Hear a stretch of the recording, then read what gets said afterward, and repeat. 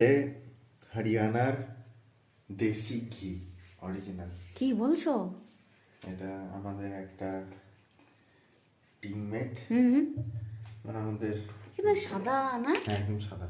এটা কি করছো, এখানে ঢেলে রাখছো হ্যাঁ নাকি? হ্যাঁ আচ্ছা হ্যাঁ, আচ্ছা আচ্ছা। ঢেলে রেখে বাদ বাকিটা ফ্রিজের মধ্যে রেখে দেবো, কেননা বাবারে, এটা তো আমি একদম প্রথমবার দানাদার। দেখলাম। হ্যাঁ, এই ঘিটা যদি তুমি এমনিতেও রুটির ওপরে ওরা দিয়ে খায়, কিচ্ছু হবে না। আর একটু ঢেলে দাও। না ঠিক আছে, অনেকটা একটু ঢেলে দিচ্ছি, কিচ্ছু হবে না, কোনো কিচ্ছু হবে না একদম। ওরা যা ঘি খায়, মানে অরিজিনাল বলো? এটা অরিজিনাল। অরিজিনাল, কেউ বলবে না এটাকে ভেজাল। হুম, খেতে কিরকম? তুমি কি একটুখানিকও খেয়ে দেখেছিলে? হ্যাঁ, দারুণ টেস্ট।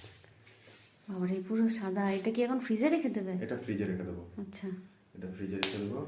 একদম দানাদার ঘি। আর ঘিয়ের যে লক্ষণটা হচ্ছে কি, এটা দিলাম রুম টেম্পারেচারে, এটা কিন্তু একদম ঢিলা হয়ে গেল। হ্যাঁ। হুম, তো এইটাই হচ্ছে এর বৈশিষ্ট্য।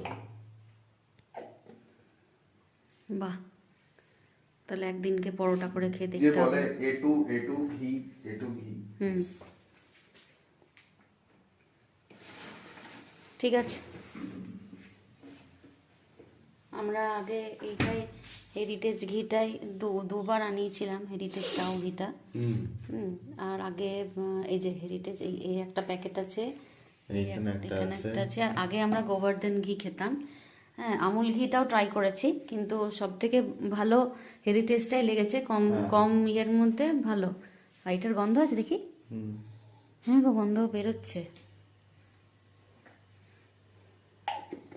ঠিক আছে, চলো, tata, good night. Good night.